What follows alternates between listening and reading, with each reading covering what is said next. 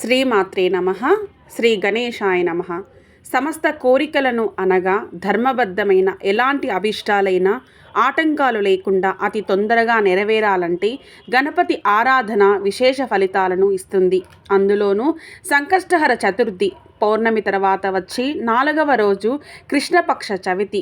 ఈ రోజున విఘ్నేశ్వరుని ఆరాధించడం వలన సర్వ విఘ్నాలు తొలగి సర్వ అభీష్టాలు నెరవేరుతాయి. ఈ నెల అనగా 2025వ సంవత్సరము ఫిబ్రవరి 16వ తేదీ మాఘమాస కృష్ణపక్ష చవితి రోజున సాయంత్రం 7 గంటల తరువాత అనగా చంద్రోదయ సమయంలో వినాయకుని ఆరాధించడం వలన కుజదోషము, కాలసర్పదోషము, రాహుకేతు దోషాలు తొలగడమే కాక విద్య, ఉద్యోగము, వివాహము, సంతానము, వ్యాపారాభివృద్ధి వంటి సమస్త కోరికలు నెరవేరుతాయి.